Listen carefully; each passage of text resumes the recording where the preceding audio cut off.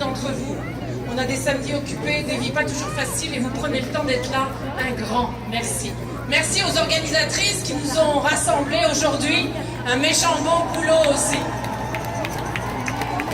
Fiers donc de nous trouver ensemble en solidarité avec les femmes autochtones à Washington, avec les femmes de toutes les couleurs du monde entier, de nombreux coins de la planète aussi, pour réclamer que les droits des femmes sont des droits humains.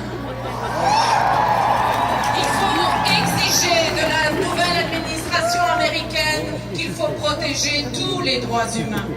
Il y a plus de 600 marches. Nous sommes en solidarité avec celles qui marchent et qui se rassemblent aujourd'hui. Mais n'oublions pas tous ceux et toutes celles qui ne peuvent pas se rassembler parce que la répression est forte. Avec elles aussi, nous sommes en solidarité. Les propos tenus sur les femmes, donc, durant la campagne américaine qui touche entre autres l'accès à l'avortement, l'attitude cavalière sur les agressions sexuelles, ça nous inquiète.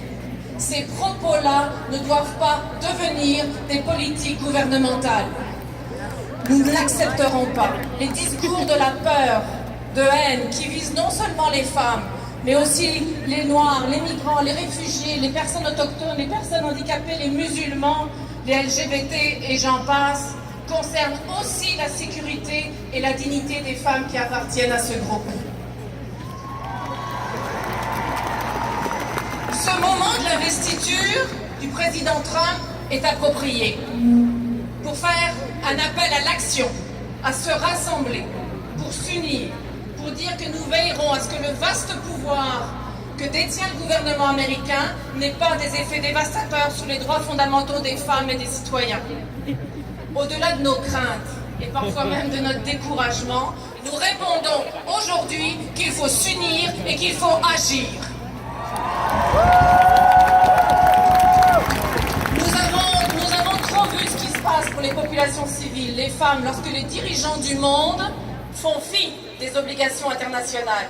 Si cela devait être la tendance réelle aux États-Unis, cela ne ferait que conforter d'autres États, d'autres dirigeants du monde dans leur conviction qu'ils peuvent continuer. Donc oui, ça n'a pas des effets non seulement aux États-Unis, ça a des effets sur l'ensemble du monde.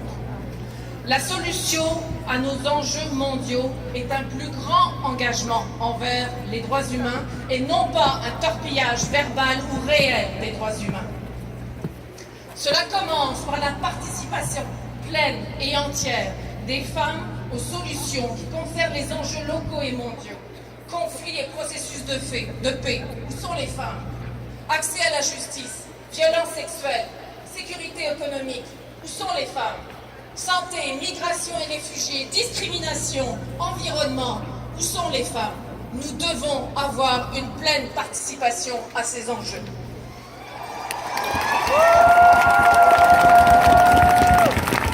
Nous n'avons pas à accepter ce courant profondément inquiétant de populisme, de racisme, de xénophobie et de misogynie qui sévit dans des démocraties occidentales.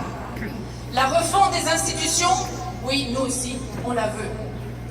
Qu'elle soit économique, de justice, de police, qu'elle soit internationale, démocratique, elle ne doit pas défaire toutefois cette refonte, le principe crucial de l'état de droit, mais au contraire, améliorer l'accès aux droits pour toutes les femmes, pour tous les citoyens. C'est ici, et partout ailleurs où ça se passe, que s'amplifie l'action, et qu'on nous dit, et qu'on vous dit, bienvenue aux nouvelles forces, bienvenue à celles et à ceux qui disent « je veux faire quelque chose, ça m'inquiète, comment je commence ?» On vous accueille dans tous les mouvements qui existent, faites-en aussi, intéressez-vous. Si aujourd'hui on peut vous donner le goût, l'énergie d'en faire plus, ce sera une belle journée. En faire plus, c'est vous, ça vous appartient. J'ai eu l'honneur d'être nommée ambassadrice de cette marche. Je me permets de vous nommer ambassadrice et ambassadeur du changement pour les droits des femmes, pour un beau pays où la société et le bien-être pour tous n'est pas un pays imaginaire. Si on le veut, on le peut. Merci.